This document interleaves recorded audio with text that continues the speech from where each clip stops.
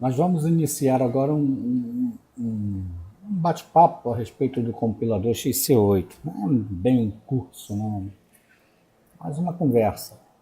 Aí nós vamos começar descrevendo como é a estrutura de um programa em linguagem C, né? Sempre a nível básico, ok? Pessoal que está aprendendo, para os jovens aí, alunos de escola técnica que estão com vontade de se aventurar no mundo da programação em linguagem C para microcontroladores, principalmente para os microcontroladores PIC da Microchip. Tá? Então, os programadores em linguagem C, esses que já vêm programando há muito tempo, eles definiram uma estrutura básica para que um programa seja escrito, né? Uma estrutura que foi sendo espalhada, foi sendo compartilhada, e hoje ela é bastante usada, essa estrutura aí é uma coisa bastante conhecida, e a maioria dos programadores aí que se propõem a fazer um código limpo, direitinho, que seja fácil dos seus colegas entenderem o que ele fez, eles acabam se utilizando dessa estrutura, né?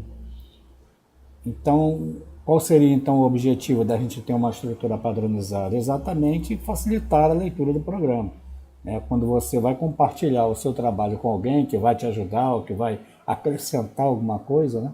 Se a sua estruturação for seguir um certo padrão, isso vai acabar facilitando o trabalho dessa outra pessoa. Tá? Então, para começar, um programa em linguagem C ele sempre deve começar com comentários. Tá? E nesses comentários a gente vai escrever uma quantidade razoável de informações, né? A gente deve escrever uma quantidade razoável, como por exemplo o autor do programa, a data daquela versão, né? Em que data foi escrita essa última versão, qual é a plataforma de hardware, isso é, qual é a placa eletrônica onde vai rodar esse programa, né? Que tipo de microcontrolador, memória, o compilador que for usado, uma série de informação. Quanto mais detalhes tiver, você conseguir colocar num comentário de cabeçalho do seu programa, melhor é a situação, melhor é a quantidade, melhor é a possibilidade de alguém pegar o seu programa e te ajudar a descobrir problemas, né, a acrescentar coisas melhores e, consequentemente, tornar o código mais limpo e mais eficiente. Então, a primeira coisa que nós temos que ter é um cabeçalho, ok? Eu tenho aqui na tela um código para pilha TCP/IP. Então, a gente tem uma porção de programas aqui, muitas fontes, e entre eles vamos abrir umzinho aqui para a gente ver como é que é isso. Olha só, para você ver a importância, para vocês verem a importância do cabeçalho, tudo isso que está aqui é um cabeçalho que foi escrito por um engenheiro da Microchip, né, que escreveu esse programa aqui. Então ele fala aqui, tá vendo? A especificação do hardware, a placa Explorer 16, ela pode funcionar com esses microcontroladores, né? Ela pode ter esse tipo de acoplamento aqui, que é uma placa que você pode acoplar junto com ela, fazer um acoplamento lá. Ele dá aqui o nome do hardware, o nome do arquivo, né, as dependências. Então, ó, é muito detalhe, bastante detalhes, algumas coisas sobre as modificações que podem ser feitas, sobre cópias, distribuição, né? E quanto mais detalhes você tiver, mais informação a pessoa que vai usar tem e, consequentemente, ela vai trabalhar melhor.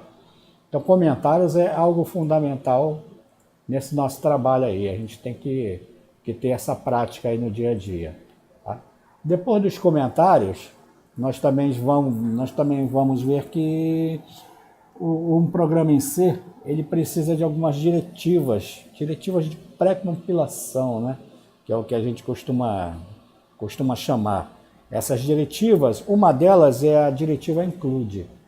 A diretiva include ela serve para a gente colocar outros arquivos dentro do nosso código. Imagine se você fosse escrever um código de 5.000 linhas e todas as linhas dentro de um módulo só. Ou isso ficaria bem complicado, né? Então, em vez de fazer isso, você pega parte do seu programa e transforma em um arquivo. E esse arquivo pode ser incluído no seu código. O compilador vai entender isso e vai gerar o hexa acrescentando todos aqueles arquivos. Então, a diretiva include é uma delas, né? que a gente vai colocar aí para poder fazer a inclusão de arquivos no código. Depois dessa diretiva include, nós temos os bits de configuração do microcontrolador. Essa é a parte importante, muito importante desse nosso primeiro papo aqui. E ele é mais direcionado para esse estudo do que para qualquer outra coisa. Diretivas de configuração, eu estou olhando aqui, ó, o datasheet do microcontrolador que nós vamos utilizar, que seria esse 4520 aqui, ó. Tá? Você vai encontrar esses bits de configuração dentro dessa seção aqui, ó, do datasheet, das características especiais da CPU. Tá? Então tem várias coisas aqui, e aqui ele mostra um quadrinho onde você tem todos os bits de configuração desse microcontrolador. Aqui estão os endereços de memória, tá? onde estão os registradores que contêm esses bits, o nome desses registradores aqui, tá? E aqui os bits para cada um deles. Cada um desses registradores tem um certo número de bits que nós vamos usar para fazer a configuração do microcontrolador. Então vamos ver, por exemplo, esse primeiro aqui, ó. Esse primeiro cara aqui, ele tem todos esses bits aqui. Então eu tenho aqui a descrição dos bits, ó. O ISO, o FCMAN e assim por diante. Tá? Tem um outro aqui, ó, que é o config2L, tem todos esses bits aqui. Ok? Então, de acordo com o uso que você vai dar ao seu microcontrolador, esses bits aqui são fundamentais. Você vai preparar o teu chip para funcionar através deles. Se você configura isso aqui errado, está arriscado não funcionar nada. Então é uma coisa que tem que ter muita atenção com isso aqui, tem que dar uma estudada boa, né, para saber como configurar cada um deles. Isso, claro, sabendo o que cada um deles faz, né? Eles são sempre bits, você pode ligar ou desligar. Então esse ISO aqui, por exemplo, ó, se eu ligar ele, se eu colocar em 1, ele está me dizendo que eu estou habilitando o modo de chaveamento do oscilador. Tá? Se eu colocar ali em 0, esse modo não está habilitado, ele fica desabilitado. O que é isso, o chaveamento do oscilador? O próximo bit, esse FCMAN, ele é um bit aqui, ó, chamado failsafe. Failsafe é uma segurança de falha. Tá? Face Clock Monitor Enable Bit. Isso quer dizer o seguinte: quando eu colocar esse cara aqui em 1, eu vou habilitar essa característica do microcontrolador. Internamente ele vai ficar verificando se o clock do sistema está funcionando, ele vai ficar monitorando lá o clock. Você vai ter o microcontrolador, vai ter um cristal lá externo ligado a ele, e lá dentro ele está gerando o clock, está gerando o relógio que faz ele funcionar. Então você vai ter um sisteminha lá dentro monitorando esse clock. Se esse clock falhar, você pode utilizar um oscilador alternativo. Você pode chavear para um oscilador alternativo, que é o que está descrito nesse primeiro bit aqui, ó. Então, você está habilitando o chaveamento para um oscilador alternativo, que pode ser interno ou externo ao chip. Ok? E o FCMAN, você está habilitando a monitoração do clock. Quer dizer, falhou o clock, ele imediatamente troca para o alternativo, se esses dois bits aqui estiverem habilitados. Ok? Você tem mais um aqui, que é do FOSC 3 até o FOSC 0. Ó, os bits de seleção do oscilador. O microcontrolador 4520 pode funcionar com diversos tipos de osciladores. Então, estão todos eles relacionados aqui. Ó. Aí você vai selecionar qual tipo de oscilador através desses dois bits aqui, né? Da combinação desses 4 bits, desculpa. Ok? No nosso caso, a placa que nós vamos usar, ela usa o PIC 18F4520 e ele funciona com um cristal de 8 MHz. Tá? E a gente já sabe que nos microcontroladores PIC, quando você usa um cristal acima de 4 MHz, o tipo de oscilador que você tem que usar é o HS. É esse cara aqui, ó. É o HS. Ok? Então nós vamos ter que configurar esses 3 bits como 0010, para que a gente informe HS. Tá? Isso tem aqui mais um monte deles. Todos eles você vai operar dessa forma. Você vai descobrir o que ele faz, vai ver se você precisa realmente daquilo no teu sistema e setar ou resetar aquele bit. Bom, o nosso ambiente, o ambiente que nós vamos usar para criar os nossos programas, que é o MPLAB X, ele dá uma certa facilidade para a gente fazer isso. Vamos então criar um nosso primeiro projeto aqui e ver qual é a facilidade que ele oferece.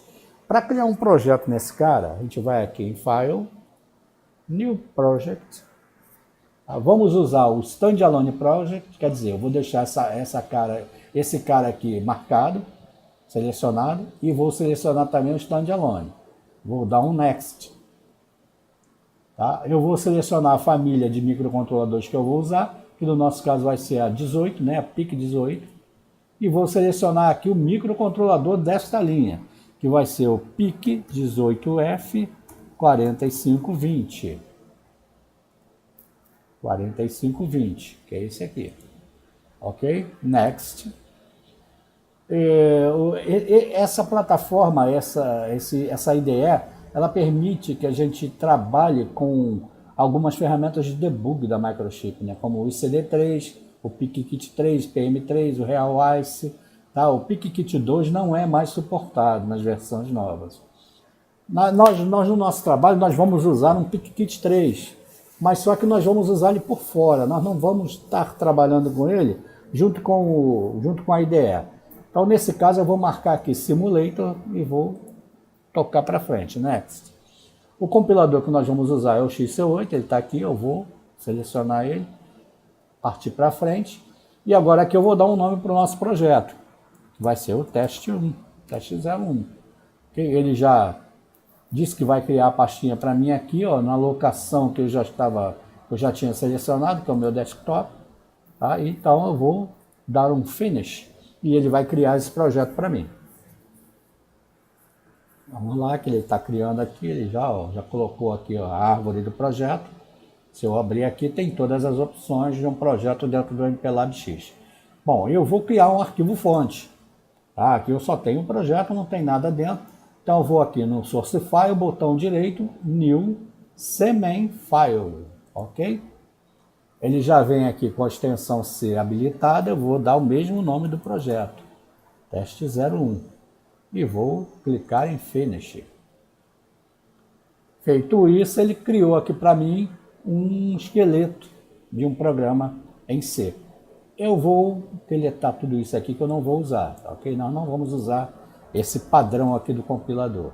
Então já vou tirar isso daqui e você nota que o cabeçalho dele aqui é bem resumido. Ele diz o nome do arquivo, o autor sou eu e a data de criação.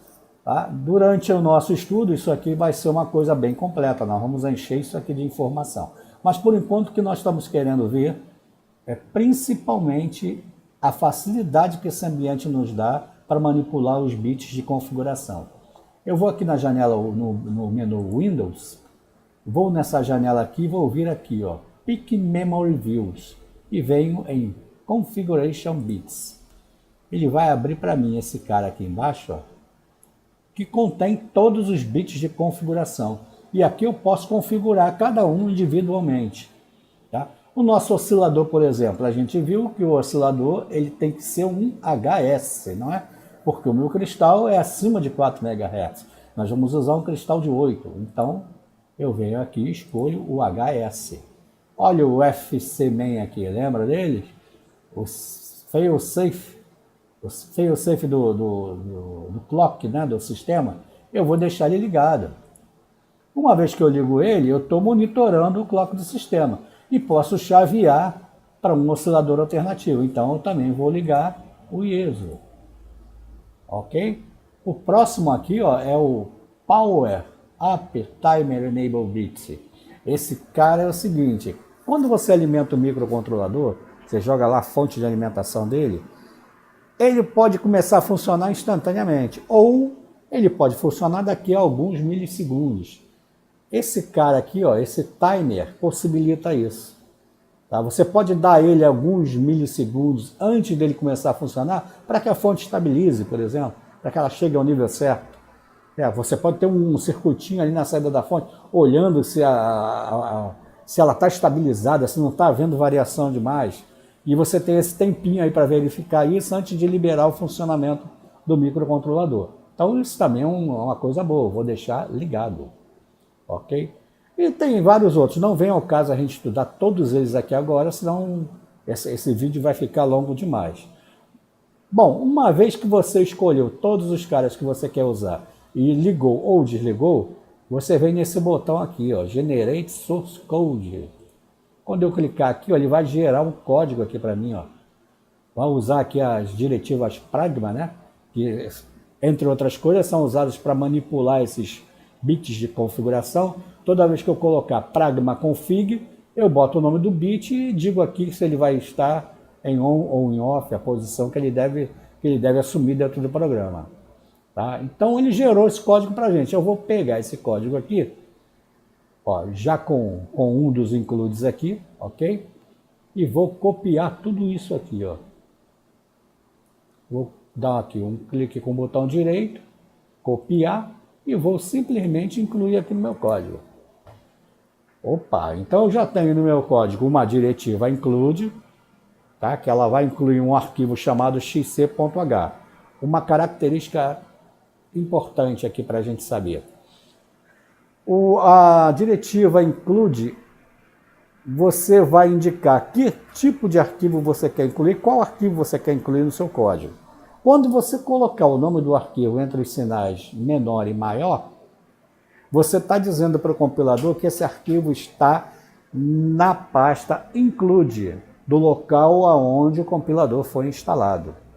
Tá? Então, nesse caso aqui, o compilador vai procurar o arquivo xc.h dentro da pasta include, da instalação dele próprio, onde você instalou ele. Tá? Então essa era uma das primeiras diretivas que a gente ia ver, ela já foi criada aqui exatamente na hora que a gente configurou os bits. Então ela já está aqui no lugar.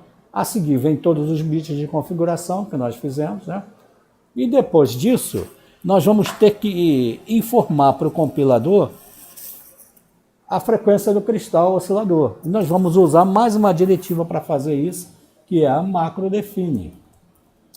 A macrodefine, o rótulo que nós vamos usar para a frequência do oscilador é underline, underline, tudo em maiúsculo agora, olha, x-tal, underline de novo, frec. E vamos botar o valor do nosso cristal aqui, que é 8 milhões, né? 8 MHz. Ok? Feito isso, eu tenho aqui, olha, uma diretiva que inclui o arquivo xc.h, todos os bits de configuração já ajustados. Estou configurando a minha velocidade de clock, meu cristal oscilador. A partir daqui, depois disso, eu posso colocar, por exemplo, aqui as variáveis globais do meu código. Posso definir, posso ter um espaço aqui para colocar todas as variáveis globais, que são aquelas que vão ser vistas de qualquer ponto do programa. E depois que as variáveis globais estiverem aí, eu posso vir aqui rapidamente e criar o meu void main, né? Que é a minha função principal obrigatória. Todo programa em C precisa ter um void main. Tá? Então essa é uma estrutura básica de um programa em linguagem C para o compilador XC8 e para qualquer outro compilador. Tá? Qualquer outro compilador que você vá usar, que tenha bits de configuração, que envolva a inclusão de arquivos, essa é uma estrutura básica. A gente pode usar ela e nós vamos usar durante toda a nossa conversa a respeito do compilador XC8, ok? Então, por enquanto é isso, tá? Nesse primeiro papo nós só falamos sobre isso e vamos olhar com cuidado os bits de configuração. Olhem aqui o datasheet, né, desse microcontrolador, que todos eles estão bem descritos aqui. Não deve haver qualquer dúvida com relação a isso, tá bom? Então, até a próxima aula, obrigado aí por terem assistido. Valeu!